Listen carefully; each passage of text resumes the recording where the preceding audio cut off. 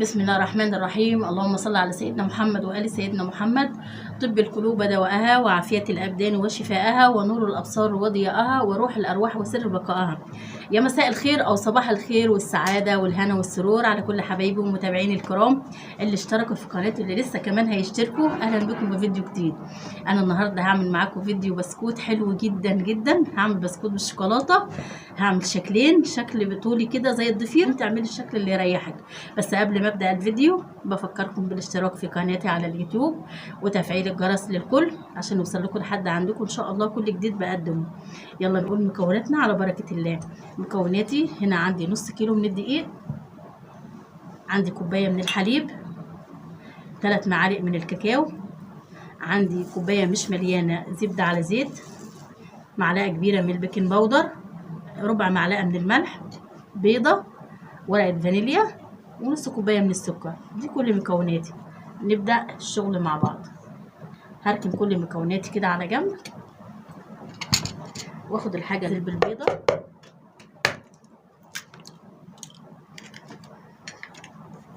وعليها الفانيليا،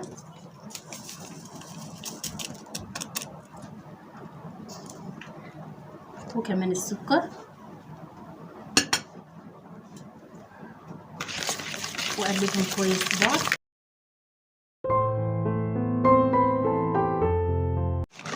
كل حبايب قلبي قلبت كده الخليط بالشكل ده.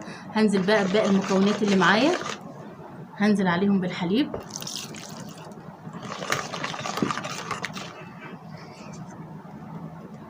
السمنه بالزبده على الزيت. تمام. معايا هنا معلقه البيكنج باودر، احطها على الدقيق واقلبها كويس،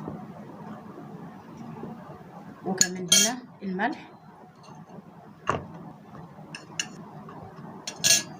هنزل بالدقيق كده واحده واحده،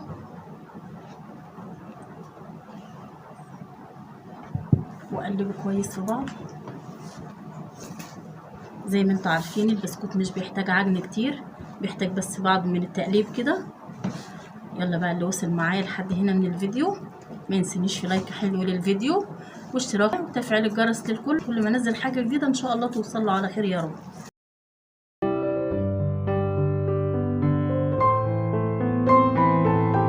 عملنا طرق بسكوت كتير مع بعض، حلو جدا وسهل، مش بياخد وقت الصراحه، وبينفع كتير في الفطار او لاولادك في المدارس بياخدوه معاهم.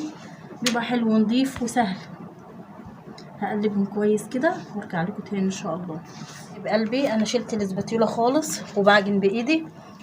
لو العجينه احتاجت منك، انا احتاجت مني 3 معالق او اكتر شويه من الحليب. احتاجت منك حليب حطي لها، لا طبعا ده بيرجع لنوع الدقيق، فلو احتاجت منك شويه من الحليب حطي لها. رجعت لكم بعد ما عجنت البسكوت بالشكل ده كده. هاخد العجينه بتاعتي كده،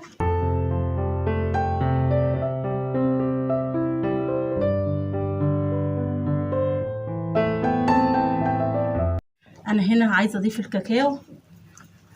انا عندي طريقه بضيف بيها الصراحه حلوه جدا وبتعجبني.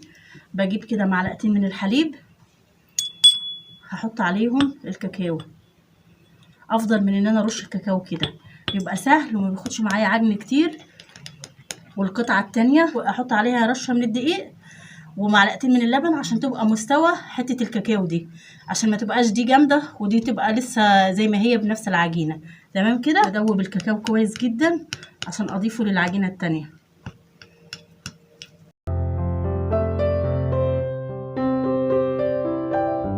اضيف حبه تاني من الحليب عشان يبقى سائل شويه معايا. ثواني اضيف شويه من الحليب.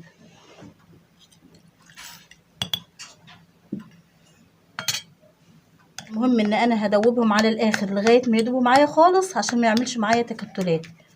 والطريقه دي حلوه جدا جدا وجربتها كتير انا في حاجات كتيره، افضل من ان انا ارش الكاكاو كده عليها. بس كده تمام. هجيب بقى هنا الطبق اللي انا عجنت فيه، احط دي، افتحها كده بسم الله، واضيف عليها الكاكاو. اضيف واحده واحده واشوف انا محتاجه ولا لا. بصوا تبقى اسهل واحلى كتير. هقلبها فيها كويس جدا وارجع لكم تاني. حبايب قلبي رجعت لكم بعد ما عجنت العجينه اللي بالكاكاو، حطيت لها معلقه الكاكاو قدامكم ومعلقتين اللبن وعجنتهم بالشكل ده، والتانية حطيت لها معلقه الدقيق ومعلقه اللبن وعجنتها عشان يبقى العجينه بتاعتي الاتنين زي بعض. شايفين دي ملمسها زي دي؟ تمام كده تمام كده. بس هسيبهم حبه بسيطه كده 10 دقايق يستريحوا بس كده ونرجع نشكلهم مع بعض. كل حبايب قلبي رجعت لكم بعد العجينه بتاعتي استريحت شويه وهقطعها. بسم الله الرحمن الرحيم.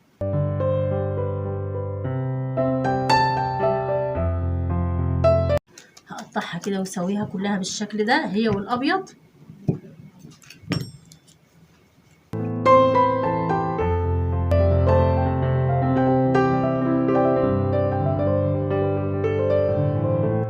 كل حبايب قلبي رجعت لكم بعد ما قطعتهم بالشكل ده عشان يبقوا سهلين عليا ان انا اخد على طول واشتغل. هركن دول كده على جنب كده اخد واحده من البيضه وواحده من الشوكولاته واشتغل على طول. تمام.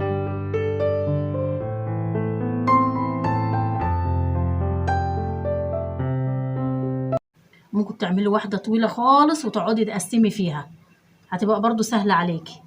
بصوا بالشكل ده. بعدين هنلفها كده.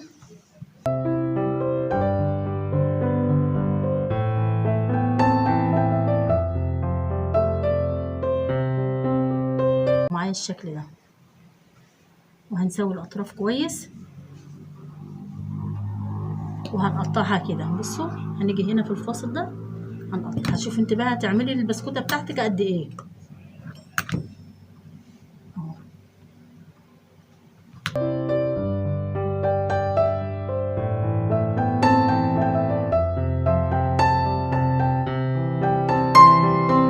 كده كل الكميه كلها هعملها بالشكل ده. لسه هعمل قدامكم اللي انا هعملها كحكه. ورجعت لكم كل حبايب قلبي بعد ما خلصت النوع ده عملته بالشكل ده. هنعمل النوع التاني.